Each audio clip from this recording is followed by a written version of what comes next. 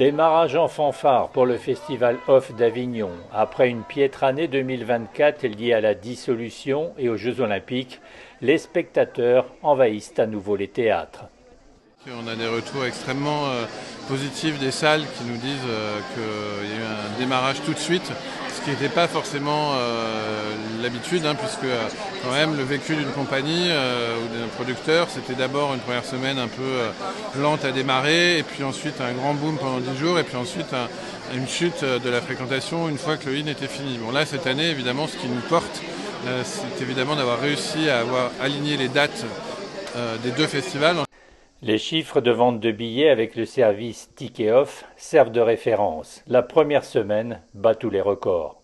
Il reste encore donc 16 jours de festival et on en a vendu 138 000, alors que l'année dernière, sur l'ensemble du festival, on avait vendu plus de 200 000.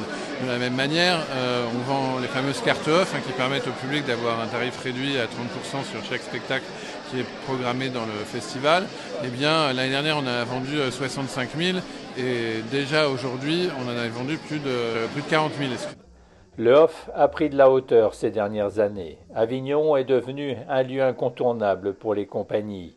Le festival est l'occasion de se faire connaître, de réseauter, de planifier des projets et de trouver des tournées.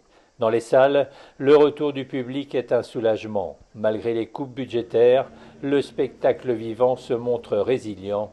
Il n'est pas mort. Visiblement, les spectateurs ont un besoin viscéral de vivre des expériences.